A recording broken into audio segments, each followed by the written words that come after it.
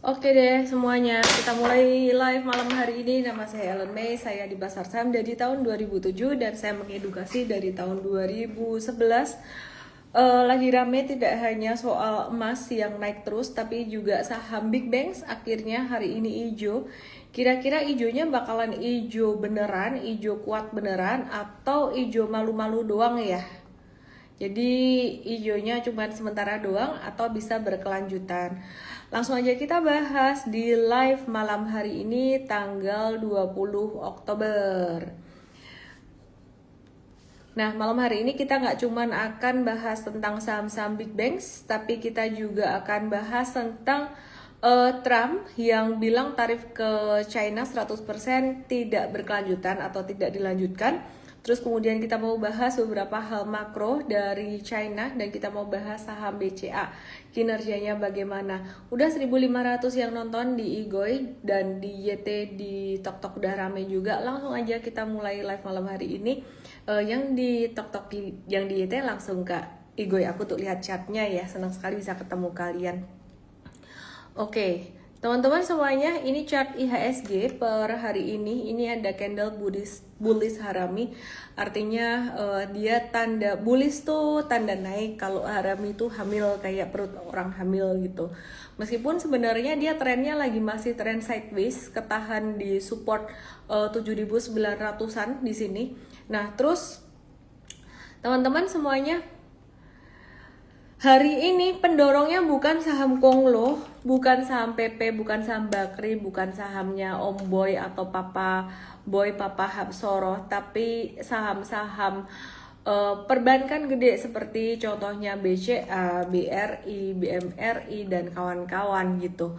Nah, terus selain itu saham Unilever, UNPR ini juga bergerak naiknya 9,47%. M-Trade udah ada dari harga 1775. Jadi sementara udah cuan berapa ini, sekitar 16%-an ya. Dan kenaikan saham-saham big caps hari ini mengkonfirmasi market bullish sebenarnya. Karena yang naik bukan lagi saham-saham second liner dari sektor komoditas, tapi saham-saham big banks-nya juga ikutan naik. Bahkan saham-saham dari sektor consumer goods seperti contohnya Sido muncul, terus Mayora tadi juga aktif, dan juga saham Aisa tadi juga aktif ya, dan saham-saham yang lainnya seperti Japfa dan juga Main ini juga aktif tadi. Nanti kita akan bahas satu-satu. Oke. Jadi teman-teman, kalau kalian nanya kenapa saham-saham big banks naik, ada beberapa sentimen, tapi bisa aku highlight satu yang paling bikin naik sebenarnya. Kalau aku lihat ya, kemungkinan besar ini Danantara masuk gitu, 16T. Dan itu aku udah mention last week dan aku perjelas lagi di hari Jumat. Live Jumat itu biasa yang nonton nggak banyak karena pada weekendan gitu, tapi di situ sebenarnya itu bocoran buat hari Senin gitu ya. Nah, jadi di Jumat kemarin saya ada bahas tentang saham-saham big banks, Kamis atau Jumat ya saya lupa. Turun ya, sempat turun, meskipun kan kalau kalian perhatikan ya di sini. Ini aku kasih contoh aja, BBCA beberapa hari yang lalu itu sempat turun terus kan ya. Turunnya tuh nggak ada volume. Padahal sentimennya bagus secara makro dalam negeri, itu banyak stimulus, terus Danantara juga mau investasi baik di sektor real maupun di pasar saham juga gitu. Nah, jadi sebenarnya sentimennya tuh bagus. Kenapa waktu itu masih turun? Seperti halnya kalau bull market mau berakhir, itu biasanya akan terjadi spike, naik dulu ya, terus kemudian guyuran atau distribusi. Nah, biasanya kalau bear udah mulai mau berakhir itu ada tarikan ke bawah dulu, baru kemudian ada pantulan gitu. Kenapa terjadi seperti itu? Apakah itu markdown? Markdown itu turun yang bukan benar-benar buangan, turun yang mungkin turunnya cuma karena retail doang, atau turun itu karena investor yang kecil-kecil doang yang buang, atau mungkin justru markdown bisa terjadi karena investor gede mau masuk gitu. Jadi makanya turunin dulu, guyur dulu dikit dengan volume kecil. Ini bukan saham BBCA, tapi aku ngomong konteksnya keseluruhan, bisa terjadi di keseluruhan saham. Wah, emang big banks bisa juga seperti itu. Nah, kalau yang mau masuk investor gede banget, kemungkinan besar bisa. Karena turunnya last week tuh cuman volumenya kecil-kecil. Perhatikan BBRI juga ya, volumenya tuh kecil gitu ya. Jadi nggak signifikan Jumat kemarin merahnya gitu. Terus kemudian Bank Mandiri ini satu-satunya yang dia breakdown dari low tanggal 8 April. Last Friday juga ya, jadi kalau ini volumenya ada volume dikit tapi nggak signifikan. Terus kemudian ada beberapa yang aku perhatiin lagi, sebenarnya banking menarik tuh BBTN last Friday, last week itu juga turun terus tapi nggak ada volume gitu. Malah sebenarnya ijo-ijo tebel di sini. Jadi BBTN menjadi salah satu yang M-Trade sangat perhatikan waktu itu. Kemudian untuk perbankan lainnya selain for big banks, kita melihat waktu itu ya BBYB sampai hari ini ya. BBYB kemarin Jumat kemarin tuh juga turun dengan volume transaksi kecil.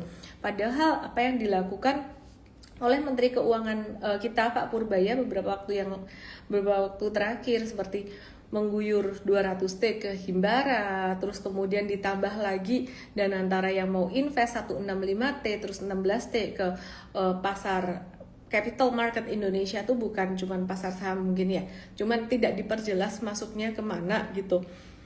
Dan akhirnya berasa di market dan bulannya udah disebut Oktober, sehingga Oktober ini sangat berpotensi menjadi bottom market.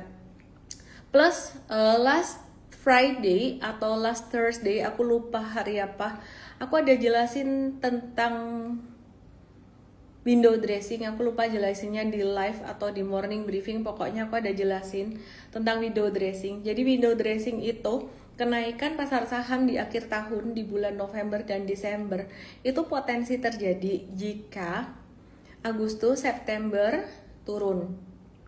Kalau Juli, Agustus, Septembernya udah naik, biasanya Oktober, November, Desember naiknya nggak signifikan. Nah kemarin dari September itu yang banyak naik tuh saham-saham second liner dari sektor komoditas, batubara, EBT dan sebagainya. Yang kita lihat posisinya saat ini retracement gitu ya, jadi ada diturunin juga gitu, ada retracement gitu ya, ada turun. Nah terus yang belum naik sama sekali apa? Banking, big caps, bukan cuma banking aja tapi juga big caps yang memang ada fundamental. Nah jadi potensi window dressing itu, story window dressing itu, kinerja yang bagus untuk window dressing itu buat fund manager potensi didapat dari saham-saham seperti ini. Karena memang saham-saham big banks ini fundamentalnya bagus tapi benar-benar valuasinya jongkok banget gitu. Valuasinya sangat murah sekali, itu satu.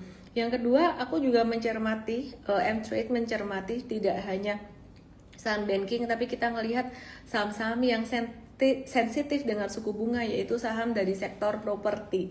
Dan di sini juga berkali-kali kita bahas dapat dukungan dari pemerintah untuk PPN ditanggung pemerintah sampai tahun 2027. Awalnya sampai 2025, diperpanjang 2026, diperpanjang lagi sampai tahun 2027. Artinya ini menunjukkan satu dukungan yang sangat bagus sekali untuk sektor ini, terutama untuk properti yang di bawah 2 miliar. Itu pertama untuk sektor properti. Kemudian bicara soal pembangunan 3 juta rumah itu juga positif untuk sektor ini. Plus sentimen masih yang sama, sentimen yang positif untuk sektor properti ini. Ini akan positif juga untuk sektor terkait, yaitu misalnya sektor konstruksi dan juga industri semen gitu ya. Nah terus kalau chat sendiri gimana Avia ya, nanti kita lihat. Tapi sebenarnya kalau kita perhatiin yang secara likuiditas size-nya tidak terlalu besar itu yang justru gampang naik. Tapi kalau yang secara likuiditas dan market cap-nya gede banget, itu kalau fundamentalnya nggak benar-benar strong kondisi saat ini nggak gampang naik. Jadi sekarang perhatian market kembali tertuju pada big banks. Apakah akan terjadi rotasi sektoral? Pertanyaannya, jika terjadi rotasi sektoral, apakah saham-saham dari sektor komoditas seperti contohnya batu bara, nikel dan yang lain-lain itu akan ditinggalkan? Tadi di dalam satu diskusi internal kita ada ngobrol, wah duitnya muter nih ke banking, jangan-jangan duit ke sektor komoditas ini bakalan ninggalin sektor komoditas. Mari kita lihat ya nanti gimana patternnya, semua tercermin di pattern price and volume. Kenapa nggak ngelihat flow bisa dilihat juga, tapi buat aku selama ini yang menyelamatkan aku punya tradingan dari tahun 2000 berapa aku ya 2007 sampai sekarang ya, mungkin 2007 belum konsisten pakai cara ini gitu. Jadi dari 2017 sampai sekarang aku mulai konsisten pakai cara seperti ini yang dikembangkan terus dalam metode super trader, itu yang menyelamatkan, melihat price and volume terus. Jadi kita tahu ini turunnya ini cuman markdown atau turunnya benar-benar buangan. Nah, kalau kalian mau belajar M-Trade Start itu masih tanggal 8 November. DM saya M-Trade Start, itu kelasnya gratis, EMTRADE START jam 10 pagi. Oke. Sebelum aku bahas satu saham perbankan, dua mungkin saham yang lain komoditas ya yang sempat retrace atau turun, dan mungkin saham lain yang terkait dengan suku bunga atau yang potensi diinvest sama Danantara apa aja. Oh ya, jangan lupa nanti kita bahas juga tentang emas yang naik terus ya. Jadi kalau emas naik tinggi, kira-kira gimana sih? Oke nggak sih buat masuk di angka sekarang? Kalau nggak oke, yang oke itu apa? Nanti kita bahas. Tapi sebelumnya aku pengen update dulu tentang Trump ya. Jadi Trump ini lagi ngapain? Jumat kemarin sukanya kalau ngasih kejutan tuh di hari Jumat, nggak tahu kenapa. Tapi baguslah market kita lagi libur gitu, jadi nggak terlalu fluktuatif. Biasa Seninnya udah kebagian good newsnya. Nah kalau Jumat kemarin tuh good news. Trump itu bilang tarif tambahan sebesar 100% buat China. Itu tidak bertahan lama atau sementara aja gitu. Jadi langkah itu terpaksa dilakukan karena dia terang-terangan ngomong karena ya kira-kira dapat tekanan dari Beijing gitulah ya. Jadi pertemuan Trump dan juga Xi Jinping ini dijadwalkan terjadi di acara ASPAC Economic Cooperation di Korea Selatan itu 1 Oktober sampai 1 November 2025. Jadi Trump itu ngasih signal optimis bahwa dia bilang gini, I think we are going to do fine with China. Cuman kalau Trump yang ngomong kayak gitu bisa bolak-balik. Dan hal itu bikin harga emas sedikit turun aku kasih lihat harga emas karena ini nanti akan jadi berkaitan dengan diskusi kita atau pembahasan kita hari ini soal komoditas apa yang potensi jalan lagi gitu ya. Nah jadi kalau kalian perhatikan emas itu sempat agak turun sedikit pada perdagangan kemarin, tapi hari ini naik lagi. Cuman kok udah mulai membentuk top, jadi ada kemungkinan dia akan sideways gitu. Langsung aja aku jawab, kalau bicara soal emas saat ini kalian ngerti lah. Kalian yang udah belajar di workshop Super Trader atau di M-Trade Academy, kalau M-Trade Academy dikasih tahu, kalau workshop Super Trader saya yang nanyain kalian ya. Nah jadi kalau kalian ikut workshop Super Trader atau M-Trade Academy, kalian akan belajar ini. Nah perhatikan, kalau kalian ditanya sekarang waktunya beli nggak, udah jelas-jelas enggak. Kalau sekarang ini adalah waktunya nge-hold. Yang di Tok Diet langsung aja ke Igoi aku untuk lihat chartnya. Ini waktunya buat nge-hold ya, bukan waktunya buat borong. Kalau misalkan beli pun ya test the water aja. Nah waktunya buy itu kapan? Kalau ilmu super trader ya ini pas ngelewatin garis biru sekitar akhir Agustus atau awal September gitu. Lo kok nggak dikasih tahu? Kenapa harus dikasih tahu terus? Kenapa nggak belajar sendiri ilmunya gitu ya? Kalau belajar sendiri ilmunya Sabtu 8 November 2025 tuh gratis, langsung aja ketik M-Trade Start. Kalau mau ikut dicatat tanggalnya, jangan pergi arisan, jangan pergi jalan-jalan, jangan pergi padel, jangan ke mall dulu pas jam mall buka ya. Nah jadi teman-teman belajar di situ. Kalau di M-Trade kita kasih tahu tuh untuk trading saham, tapi kalau gold ya kita masih belum seintens itu untuk kasih tahu terus. Nah jadi ada beberapa kali sideways di sini, seperti contohnya di sekitaran bulan Januari 2025 ini juga ada beberapa breakouts. Nah definisi breakout adalah naik setelah sideways panjang. Banyak orang yang salah kaprah, kayak gini dibilang breakout, tiap hari aja tuh breakout terus. Padahal salah, kalau nggak ada sideways-nya itu nggak bisa dibilang breakout gitu. Nah jadi kalau misalkan nggak mau nunggu saham kelamaan, naiknya kelamaan, ya belinya tuh pas terjadi breakout. Kadang-kadang bisa terjadi false breakout. Contoh di sini, di tanggal 16 Juli 2024 yang di Tok yang di YT langsung ke Igoi aku Ellen_Official.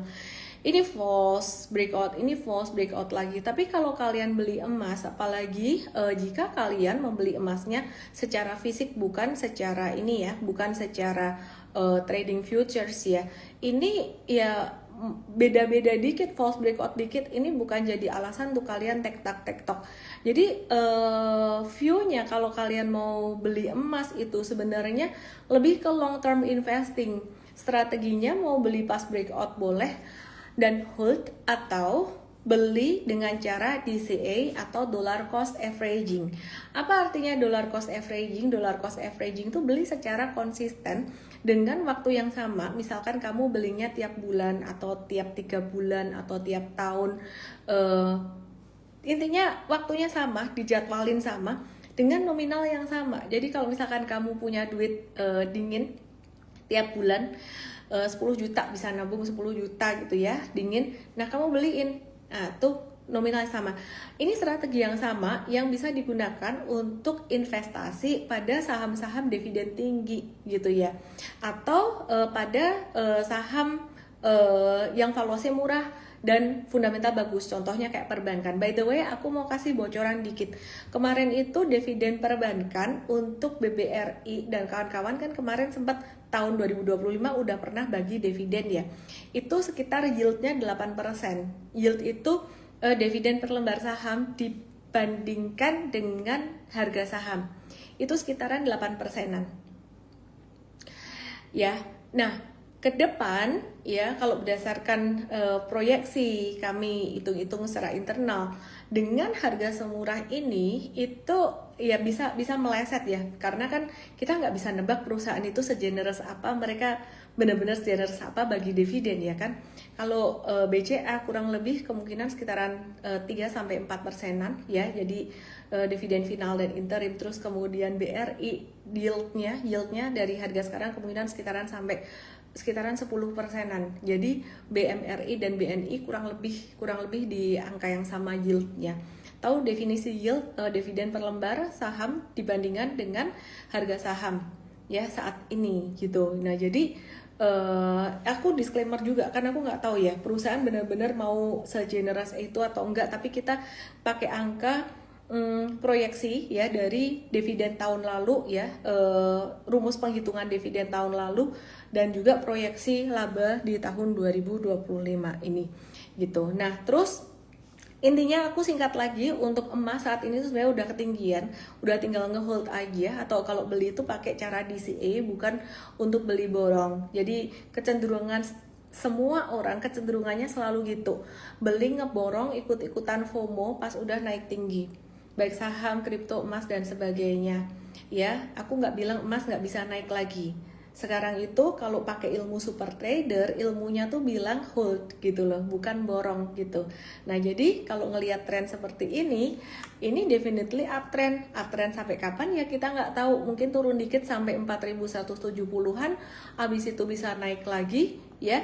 Atau mungkin dia malah akan sideways dulu, membentuk sideways seperti ini. Kalau dia ada sideways seperti ini, oh cakep sekali gitu ya. Jadi intinya dia masih uptrend, cuman bukan waktu buat borong. Nah, aku bukan mau encourage kalian untuk beli satu saham tertentu, karena kalau nanti dia jadi sideways atau lambat, dimana kalian nggak siap dengan ngehold saham lama.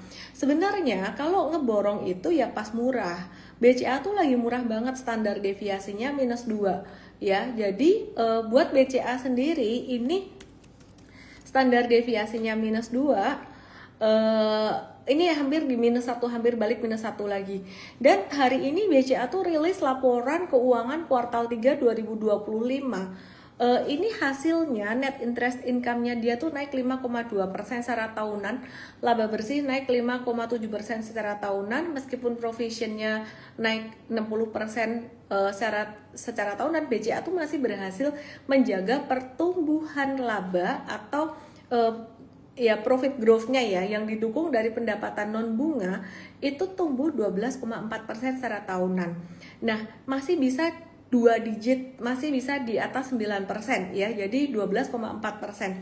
Itu bagus sekali di tengah kondisi perekonomian yang saat ini. Jadi sebenarnya ini tuh barang bagus, lagi diskon. Tapi kalau kalian ngelihat valuasinya ya, itu bagus dan diskon, dan BCA kabarnya mau buyback gitu karena melihat harga saham sudah sangat murah gitu. Dividen, kalau bicara dividen, kalau dividen yieldnya seandainya nanti benar 4%, jadi dari harga sekarang ini, dengan nanti dividen yang dibagikan per lembar saham tuh seandainya benar 4%, itu buat aku sih masih kurang menarik sebenarnya. Jadi kalau BCA ini gamenya bukan dividen play tapi value. Kalau BRI itu kayaknya bisa sekitaran mungkin 9 atau 10%-an. Cuman kalau kalian nanya, fundamental paling strong BCA. Nah, jadi BCA ini dia berencana ngebeli kembali sahamnya sendiri atau buyback senilai 5 triliun untuk menjaga harga saham tetap stabil di bursa seperti yang tadi saya sudah bilang. Nah, periodenya berlangsung dari 22 Oktober sampai dengan 19 Januari 2026. Itu bertahap, dan jika sebelum 19 Januari 2026 itu sudah naik, kemungkinan mereka akan stop buybacknya seperti beberapa waktu yang lalu gitu ya. Jadi stop buyback kenapa? Karena udah tinggi. Katanya sih harga maksimalnya 9.200 per lembar saham. Artinya BCA mematok sebenarnya angka 92 itu angka fair value-nya mereka gitu loh. Dimana masuk akal juga sih di 7275 itu standar deviasi minus 2. Saya lupa tepatnya berapa, minus 1 itu kalau nggak salah mungkin ya. Aku minta tolong tim coach, aku minta gambarnya ya. Mungkin sekitaran 8.100-an itu minus 1 gitu. Jadi 9.300 itu standar deviasinya itu di average. Jadi masuk akal. Kenapa harga maksimal 92? Jadi di atas 92 tuh udah dianggap fair value dan mahal gitu ya. Jadi gak usah pusing-pusing hitung fair value. Kalau kata Warren Buffett tuh bilang ngitung valuasi nggak usah terlalu precise gitu, kesalahan banyak orang kayak gitu. Oke. Ada 2 strategi buat kalian yang baru bergabung. Ada 2 strategi yang setiap hari aku sering bahas di live. Mungkin kalian bingung kalau di live aku ngebahas 2 macam strategi. Strategi pertama adalah value investing yang tadi aku pakai buat bahas 2 bahkan 3 ya strategi. Yang aku pakai buat bahas BCA. Terus kemudian dividend investing yang tadi aku pakai buat bahas BRI. Terus kemudian yang ketiga adalah strategi super trader. Strategi super trader ini beda banget dengan strategi value investing. Kita nggak ngelihat value, kita nggak ngelihat fundamental perusahaan, kita cuma ngelihat price volume pattern, price volume pattern. Jadi buat perusahaan yang valuasinya murah, patternnya masih downtrend, kita pakai strateginya value investing itu buat long term, bukan buat trading. Nah, sedangkan kalau misalkan patternnya bagus, price pattern bagus, volumenya patternnya bagus, tapi fundamentalnya acak adut gitu ya, perusahaannya masih rugi, valuasinya mahal, kita pakai strategi super trader. Artinya kita pakai harga saham. Cuan bungkus kayak saham-saham Kunglo kemarin ya. Jadi ada dapat cuan banyak gitu ya. Meskipun saham Kunglo juga ada juga yang fundamentalnya oke. Nah, proyeksi rilis laporan keuangan banking lainnya, BNI, PNBN itu Jumat 24 Oktober, BRIS 29 Oktober itu layak dipantau. BRI, BMRI, BNGAN, ISP, BDMN itu di Kamis 30 Oktober 2025. Jadi sangat beralasan sekali kalau Oktober ini bisa menjadi bulan bottom untuk saham-saham big banks itu. Karena selain potensi laporan keuangan di kuartal 3 yang kemungkinan akan lebih bagus daripada kuartal 2 gitu ya, dan kuartal 1 dan antara juga invest di pasar saham meskipun tidak disebut sahamnya apa. Dan ada sentimen positif lagi dari earnings per share, yield earnings per share. Meskipun aku mau kasih disclaimer dulu, aku kalau investing aku nggak terlalu ngelihat EPS. Kenapa?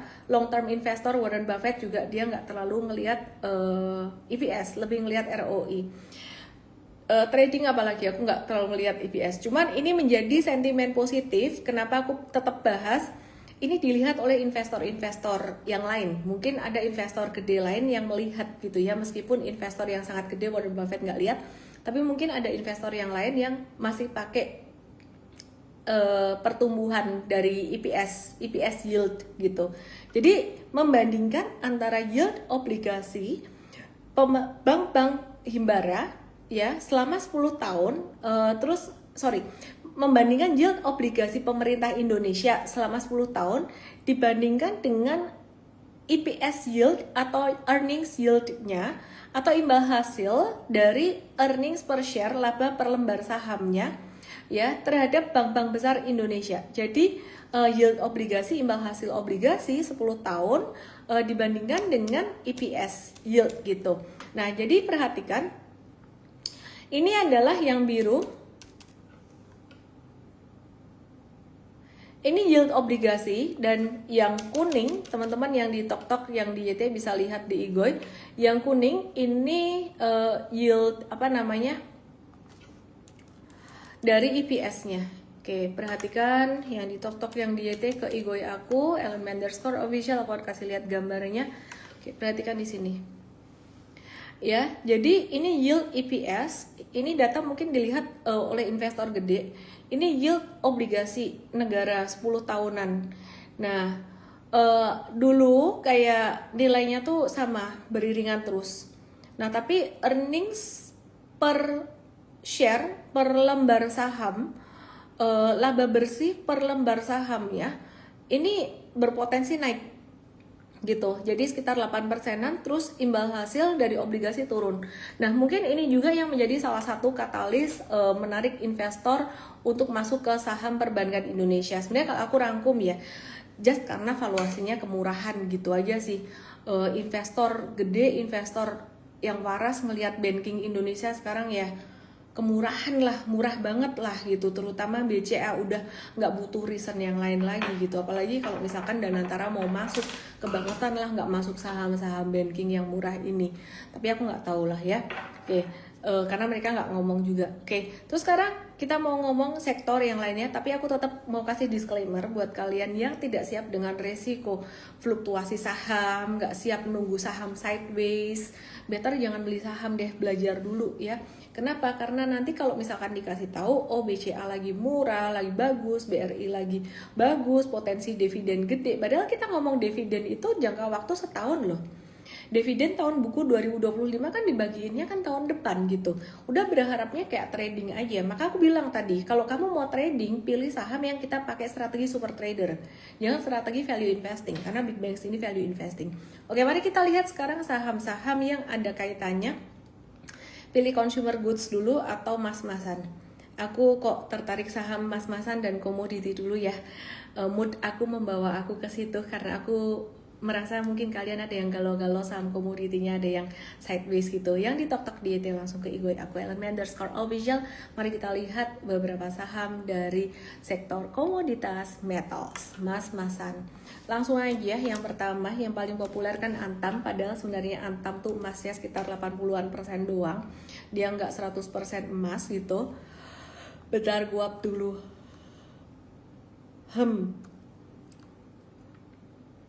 Oke.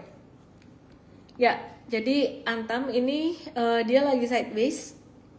Hari ini turun, sideways, normal sideways aja.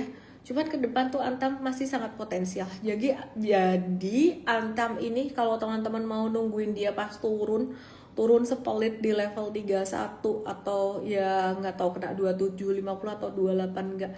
Menurut aku tuh masih potensial, dan sideways itu perlu.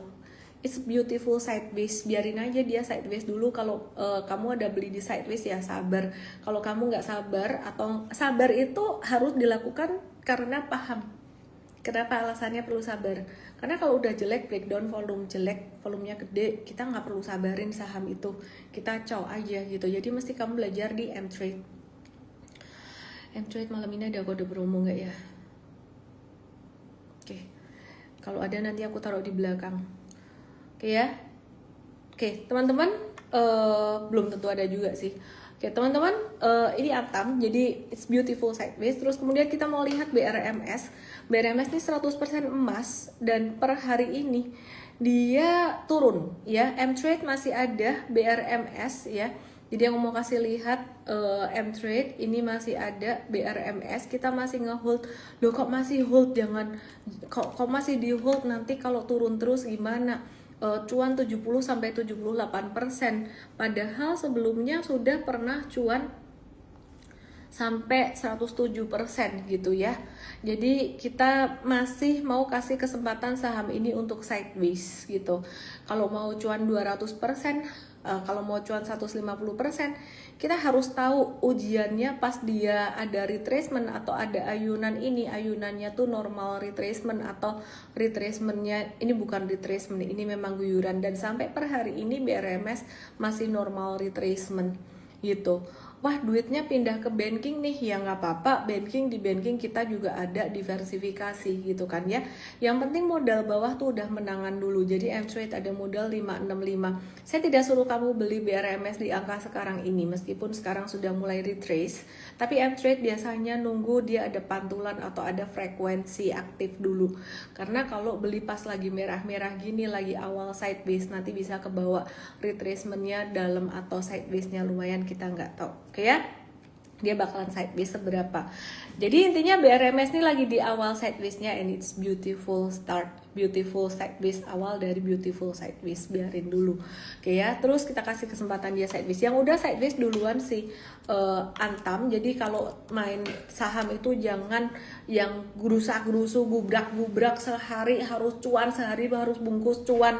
Emangnya apa ya? Emangnya apa? Togel-togel itu apa sih? Emangnya apa ya?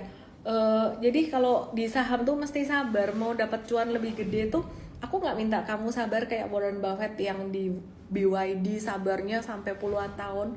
Warren Buffett beli Mitsui, beli Mitsubishi itu karena mereka ada investasi di tambang komoditas ya di Australia gitu ya, adalah ekspansi di komoditas gitu ya, dan siap nge-hold 30 tahun padahal umurnya berapa sekarang? 94 kalau nggak salah. Ya aku sih nggak mau kalian nge-hold sampai segitu lamanya, tapi paling enggak kamu tuh mesti bisa nge-hold saham tuh beberapa bulan gitu loh. Kalau memang trennya masih bagus, ya ini aku ngomong konteksnya ilmu super trader ya. Kalau value investing kamu harus nge-holdnya tahunan gitu. Tapi kalau untuk ilmu super trader, kamu nge-hold sehari, 2 hari, seminggu aja nggak bisa. Ya itu swing trading sih. Ya nggak apa-apa juga di M-Trade dikasih swing trading. Tapi kalau market lagi uptrend, kadang-kadang swing tradernya hilang barang. Konsekuensinya itu. Kalau mau cuan multi bagger, kita tuh nggak bisa nebak saham mana yang bakal multi bagger. Kecuali dapat bisikan gitu loh. Cuman dapat bisikan bisa kena tipu juga gitu kan ya. Nah, jadi kita cuma bisa ngeflow selama trennya masih oke, selama cycle-nya tuh masih oke. Ya contohnya kayak BRMS ini tadi.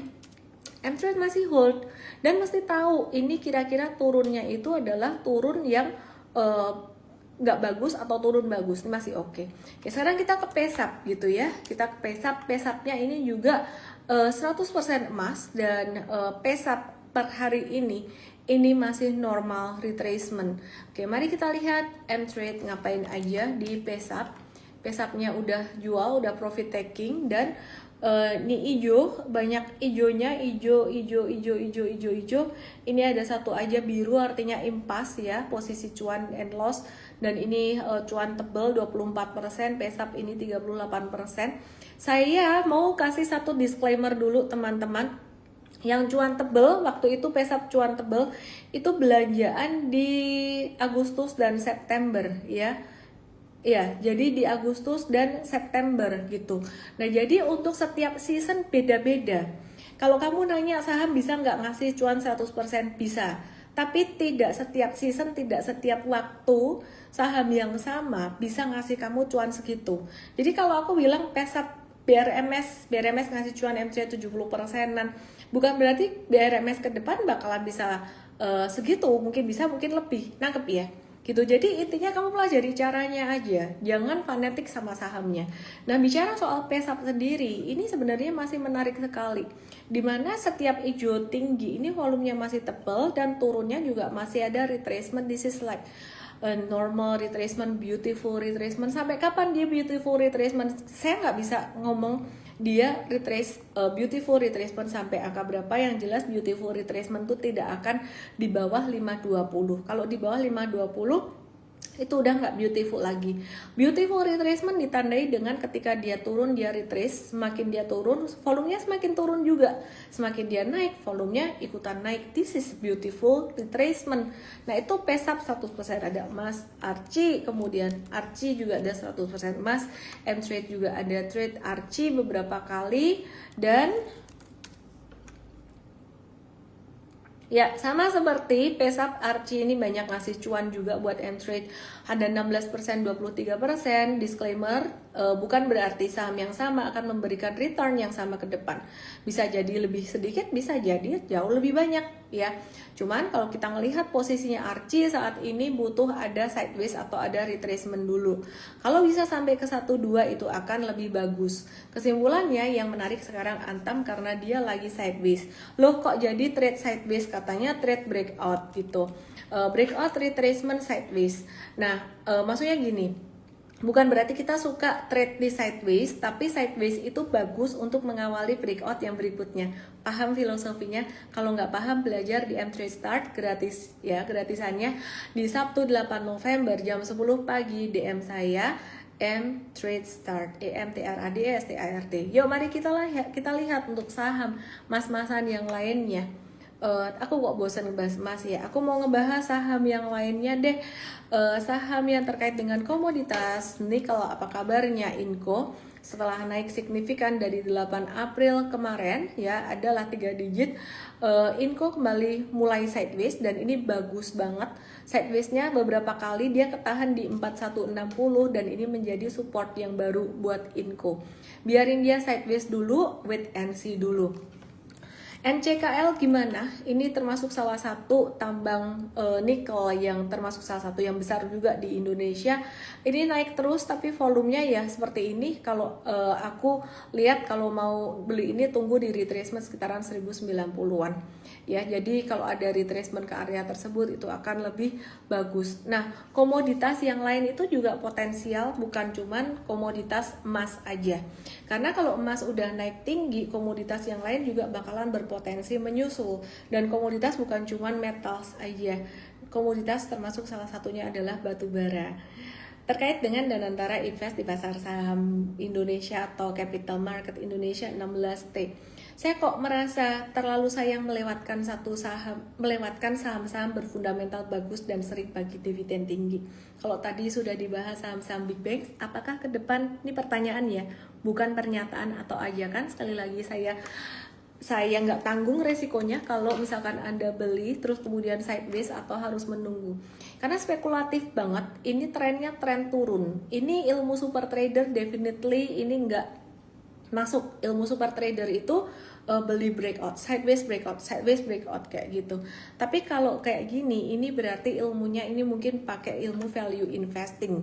Value investing kebalikan, tuh beli ketika valuasinya terdiskon dan syukur-syukur emiten itu memberikan dividen yang tinggi ya. Jadi trennya masih turun. Jadi kalau kamu beli ini bisa jadi tuh dikasih diskon sampai 2170 lagi 2080. Jadi mindsetnya kalau mau ngebeli emiten ini, saham ini justru kamu siap turun. Artinya apa? Belinya dikit-dikit gitulah. Beli dikit-dikit kalau nanti gas naik gimana? Udah jadi orang jangan serakah.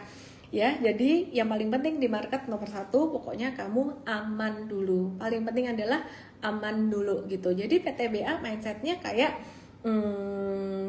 BCA, BRI ya, jadi lebih ke dividen investing dan value investing. Disclaimer buat kalian yang baru mulai di pasar saham, jangan sampai kalau PTBA-nya turun, aku udah ngomong dulu ya, ini bukan strategi trading. Jangan sampai kalau beberapa hari ini ada diskon lagi terus teriak-teriak gara-gara saya suruh gitu, nggak ada yang nyuruh. Aku cuman kasih beberapa watchlist untuk beberapa value investing dan beberapa untuk trading, tadi kecampur-campur. Ya maklum kalau lagi live ini kan hobi aku, jadi ngomongnya suka-suka aku. Yang lebih terstruktur di morning briefing M-Trade pastinya, dan di gathering Investor. Sekarang aku mau bahas sektor consumer goods yang potensi bangkit karena efek stimulus sejak dilantik jadi presiden. Pak Prabowo terus mengucurkan berbagai stimulus untuk ngedorong daya beli masyarakat. Misalnya 3 paket stimulus 79,2 triliun, stimulus ekonomi 17.845, insentif likuiditas buat perbankan, dirilisnya Kopdes merah putih, program makan bergizi gratis MBG, cukai tembakau yang nggak naik di 2026, dan pemerintah membuka peluang baru wacana akan menurunkan PPN di 2026. Kalau ini terjadi, ini gong banget sih sebenarnya. Dan kalau boleh nitip sama pemerintah, seandainya ada yang nonton live ini, mungkin seandainya Pak Purbaya atau timnya Pak Purbaya nonton ini, thank you banget by the way udah ngasih berbagai macam stimulus ini, dan BLT tambahan 30 triliun cair hari ini bisa ngedorong banget perekonomian Indonesia. Aku mau nitip satu dong Pak gitu, nitip satu, perbaikan regulasi, kepastian regulasi macam-macam. Jadi berdasarkan hasil riset ya, jadi bukan penelitian ya, pembelajaran mungkin lebih tepatnya, pembelajaran dari saya maupun teman-teman analis dan M-Trade gitu ya. Kita melihat ada satu kekhawatiran dari investor-investor dan juga pebisnis terkait dengan regulasi.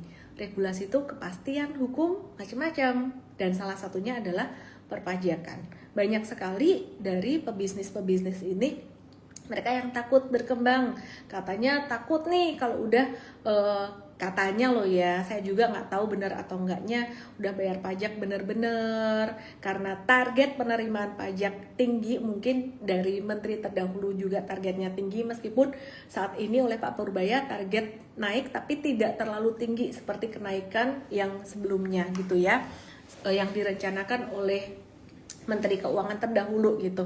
Memang tidak terlalu tinggi, tapi masih belum ada satu kepastian di sini, kepastian hukum atau regulasi. Nah, caranya gimana? Saya juga nggak tahu gitu ya. Caranya gimana? Pastinya bapak-bapak ibu yang lebih mengerti tentang hal ini, yang punya wewenang, yang bisa ini ya kasih masukan gitu. Cuman yang dikhawatirkan itu, jadi mereka khawatir berkembang sehingga investasinya, pengembangannya ditahan-tahan. Kalau misalkan kekhawatiran itu dikurangi gitu, lebih ada kepastian, ini bakalan ngegas banget, bakalan sangat komplement banget, sangat mendukung sekali dengan apa yang sudah dicanangkan pemerintah, stimulus dan BLT. Cuman kurang itu doang gitu ya, semoga. Tapi sekarang udah mulai banyak sentimen positifnya. Oke, ya jadi ada tambahan BLT 30T. Oke, aku mau nambahin beberapa emiten yang valuasinya diskon selain Big Banks. Ada saham ICBP juga, dan ini akan dibahas lebih detail di Mfast Gathering. Mungkin beberapa hari lagi kita akan bikin Mfast Gathering. ICBP diskon valuasi 26,3% diskonnya dibandingkan dengan rata-rata 5 tahun PBV-nya ya. Jadi ada yang diskon lagi Indofood tapi tidak sediskon ICBP valuasinya. Unilever udah hampir fair value, saya nggak tampilin chartnya karena ini chart harga saham, nggak relevan dengan valuasi. Aisyah diskon 31%, ingat ini bukan rekomendasi suruh kamu beli. HMSP diskon 10% valuasinya dengan harga saham saat ini ngelihat PBV ya. Terus kemudian GGRM diskon 54% dari rata-rata 5 tahunannya. This is not a buy sell recommendation. Oke, mari kita lihat beberapa saham dari sektor consumer goods berikut ini. Dari semua saham itu aku hanya akan bahas beberapa aja. Di antaranya sektor rokok yang belakangan baru dapat sentimen positif. Yang kemarin sempat retrace turun dengan volume transaksi kecil, hari ini mantul. Sepertinya akan mulai mengawali tren naiknya. Nah, kali ini aku pakai metode super trader, di mana aku agak nggak peduli dengan fundamental atau sentimen atau berita atau apapun, tapi kita ngelihat di sini mulai ada tanda-tanda akumulasi. Cuman belum sekuat tanda akumulasi atau patternnya di sektor komoditas. Misalnya komoditas metals ya, tadi ada beberapa yang kita lihat kayak PESAP itu patternnya tuh lebih cakep gitu. Jadi detail akan lebih dijelaskan di morning briefing M-Trade besok. Dan kemudian di sini ini GGRM, ini kena best price 11.300. Kemarin kita ada trade juga ya untuk GGRM ini. Nah, Jadi GGRM ini sebenarnya akumulasinya juga kayak HMSP, dia nggak sekuat saham-saham dari sektor komoditi. Mungkin teman-teman penasaran saham sektor komoditi apalagi, wah Bumi ini retrace tapi retrace-nya jatuhnya jatuh banget loh. Nah ini yang tadi pagi dibahas di morning briefing M-Trade, juga ada dua macam retrace, beli on retracement, belinya pas lagi turun. Kalau pas lagi turun resikonya memang masih keseret sideways seperti ini, atau belinya pas belok. Kalau pas belok contohnya seperti MBMA, waktu itu kita pernah beli pas belok ya. Jadi ini retracement, belinya pas belok di sini waktu itu ya. Jadi belinya pas belok di sini nih. Perhatikan yang di tok di IT nggak bisa lihatnya di IGOI di waktu itu 12 September. Nah kalau nggak pas belok, aku kasih contoh di sini juga retracement. Ya ada pantulan hijau nih bagus gitu loh. Ini juga retracement, ada pantulan hijau bagus gitu. Retracement itu turun normal setelah naik gitu. Nah kenapa waktu itu angka retracement yang bagus. Tadi pagi aku lagi di bandara jadi nggak bisa gambar. Nah ini aku gambar kayak gini ya. Nah ini angka retracement yang bagus nih. Waktu itu retracement yang bagus gitu. Cuman kalau kalian nggak mau keseret sideways ya, metode super trader itu teorinya beli breakout setelah sideways. Jadi belinya di sini gitu ya, di 12 September. Nah, kembali lagi ke saham yang tadi kita sempat bahas, belok ke Bumi dikit setelah saya muter-muter di beberapa saham yang lain. Ini Bumi dia turun, perhatiin kayak ini kan ada retracement ya, tapi volumenya tuh masih konvergen terus gitu. Jadi sebenarnya ketahanan modal atau money management tuh penting. Kenapa? Karena kalau ngehajar di atas nggak bisa piramid di bawah gitu ya, duitnya habis di atas ya. Ini kan retracement, normal retracement, ini baru tarikan pertama. Ngomong-ngomong ini bisa nih bentuknya jadi kayak MBMA tadi gitu, jadi bisa bentuknya kayak gini.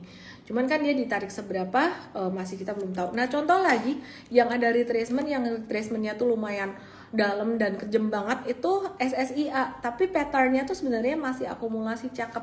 Nah buat tahu seperti ini teman-teman, dibahas setiap pagi di morning briefing M-Trade ya, morning briefing M-Trade. Ini hari apa sih? Hari Senin. Oke, besok kalau kalian mau ikut workshop super trader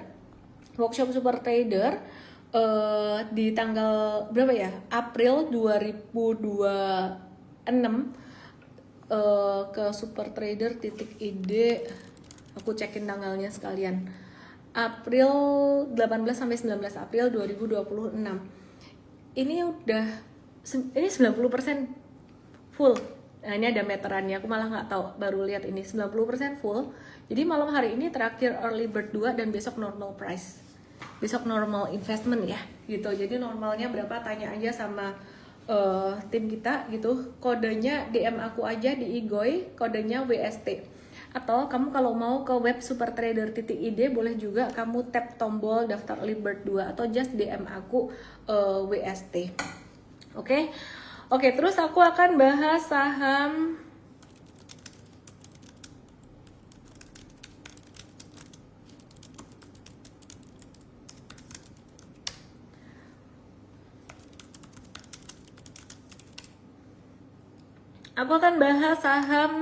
pertanyaan kalian. MBMA SSIA udah aku bahas tadi, scale D, MBMA, tapi yang sekarang belum ya, MBMA yang dulu. SSIA udah aku oke lah, aku bahas lagi MBMA, SSIA, PGO, Elsa, scale D. Oke, mari kita bahas.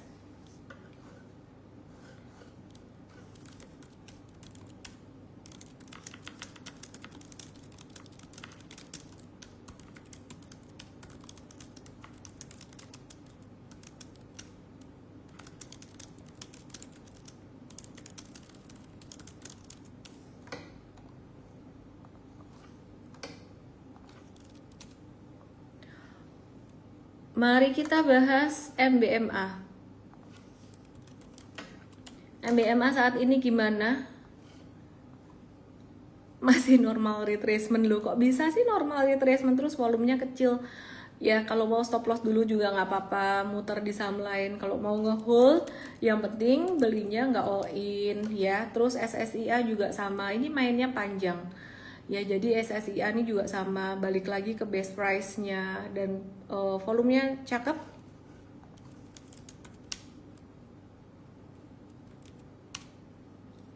Ternyata sisa 2 seat aja. Aku barusan di WA sama tim aku, sisa 2 seat aja 98% full. Ada yang mau transaksi dan di P1. Waduh, aku nggak ngerti, aku berarti udah full atau belum nih, saya nggak ngerti. Kalian kalau mau ikutan berarti nanti kalau yang nggak dapat seat waiting list ya, atau buat next batch. Kalau tanggalnya nggak cocok ntar bisa dikembaliin. Oke, SSIA dikembaliin atau ditukar orang juga bisa. SSIA ini tadi di retracement normal, terus kemudian PGEO ini dia breakdown kapan hari, tapi ini ada hijau lagi. Dan antara ada investasi di pasar saham Indonesia, saya nggak tahu apakah akan ada investasi di PGEO juga atau enggak, tapi yang jelas kemarin aku sempat baca ada investasi di Pertamina Geothermal, mungkin bukan di sahamnya gitu, cuman dia bakalan tetap ke dampak positif. Sementara technical breakdown, jadi kemarin kita cut loss dulu. Oke, terus kemudian Elsa.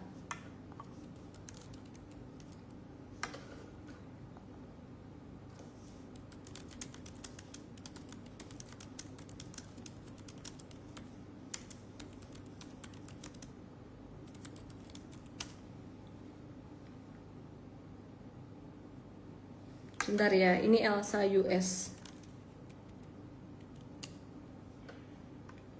Elsanya lagi sideways nih, 478. Elsanya sideways 478. Wait and see dulu aja. Wait and see dulu teman-teman. Oke, summary hari ini. Saham banking mulai menghijau. Emas menurutku udah ketinggian, tapi kalau saham emas masih ada beberapa yang masih boleh dilirik. Jadi Antamnya lagi sideways, terus masih boleh dilirik. Kemudian saham-saham komoditas banyak yang masih retracement dari berbagai sektor. Ini sektor consumer good juga bakalan oke. Tadi saya kelupaan bahas properti, tapi aku udah pengen udahan live-nya. Jadi besok aja di morning briefing M-Trade. Terus apa lagi ya? Udah banyak banget yang aku bahas hari ini. Diulang aja nanti kalau pengen ulang di YT ya. Terus pertanyaan, sorry banyak pertanyaan yang belum terjawab. BCA menguat tapi secara chart kok mirip seperti periode Mei. Apakah akan dibanting lagi? Aku udah bilang BCA ini aku nggak main chart ya. Chartnya masih jelek, masih downtrend. Sumu. BCA ini pakai metodenya value investing gitu. Jadi kalau chart kita spekulatif buy on weakness atau spekulatif buy di support aja gitu. Belum ada pattern yang gimana. Antam MBMA atau Arci udah tak bahas semua. Antam MBMA Arcinya Teddy Chen. Oke, ini aku dikasih tahu tim aku kalau I'm sorry, workshop super tradernya full di April, mungkin tinggal 2 seat aja. Saya nggak tahu siapa yang beruntung di sini. Cepet-cepetan. Dan kalau misalkan nanti full, kalian belajar di M-Trade aja. DM saya, aku kasih kode ya. Jadi aku kasih kode promo. Karena Danantara mau invest 16T, aku kasih kode promonya DNT 20. Biar investasinya dinaikin jadi 20T. Karena hari ini tanggal 20 Oktober juga. DNT ya, DNT 20. Ketik DNT 20. Jadi buat yang mau belajar bareng M-Trade, tonton M-Trade Academy-nya. Dan disclaimer, kinerja saham-saham di masa lalu yang cuannya banyak-banyak itu belum tentu sama di masa depan. Bisa lebih bagus atau mungkin bisa di bawahnya, tergantung cycle. Oke, thank you semuanya. Miss di mana? Udah kembali. Bahasa RTA, CDIA. Oke, keras. HRTA dia lagi retrace juga, lagi musimnya retracement ini. Ditunggu aja kalau mau buy. CDIA lagi retrace juga, patternnya cakep. Wah, pas di support. Bye Bu Jomailan. Apalagi ya? Brand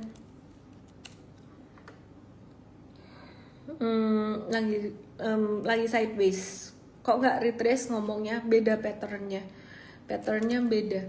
Cuan lagi retrace.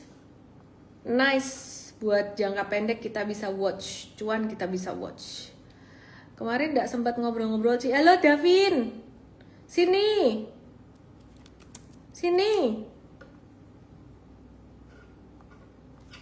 Telepon aku toh Davin. JSMR. Tahu-tahu ngelihat JSMR ada flag kayak gini. Wah, ini bisa di watch ini. Oke? Keras. Hidup ini memang keras lagi retrace. Retrace-nya nggak secakep saham komoditi, tapi bolehlah di watch. Cetra Pewon, Petro Raja. Ini ujung-ujungnya aku ngejawabin pertanyaan lagi ya. Cetra murah banget. Ini habis banking properti bisa gerak nih. Pewon juga murah.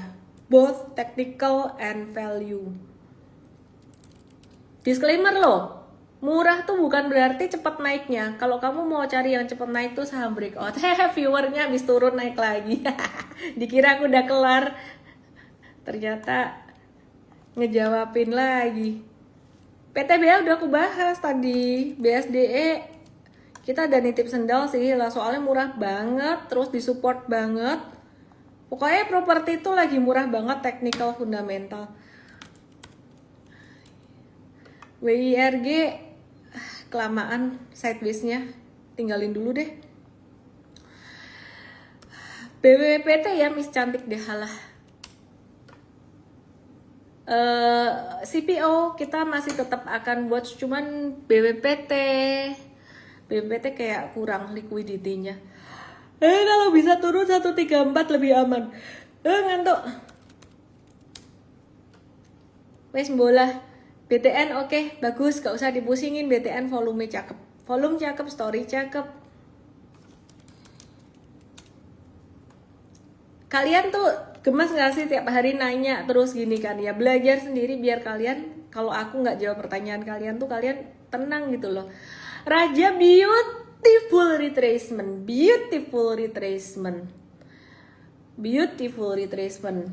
Artinya kita masih wait and see. Dia ada mantul atau ada aktif gitu ya. Cuman retracementnya dia tuh tarikan pertama terus jatuh volume kecil. Gitu.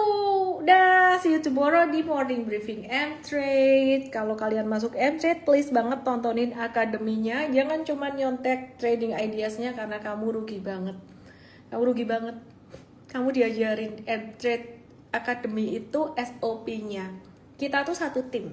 Kalau kamu join M-Trade, kamu dan saya dan our coach, our all M-Trade team tuh kita satu tim sama kamu. Kalau satu tim, kamu mesti harus ngerti SOP-nya atau cara kerjanya. Kalau nggak ngerti SOP-nya, nanti bingung. Ya wes, gitu aja ya. Siapa lagi kuaget Miss Joko Wirawan, gak usah kuaget. Kuaget ditampol cuan, mau nggak? Kuaget ditampol cuan. Saya doakan semuanya cuan. Mohon maaf workshop super tradernya full, sisa 2 seat aja. Kayaknya besok bakalan start open waiting list for the next batch. Tapi saran aku, daripada nunggu next batch means 1 tahun lagi dari sekarang. April penuh, kalau next batch nanti biasa di akhir tahun 2026. Better kamu belajar di M-Trade dulu deh.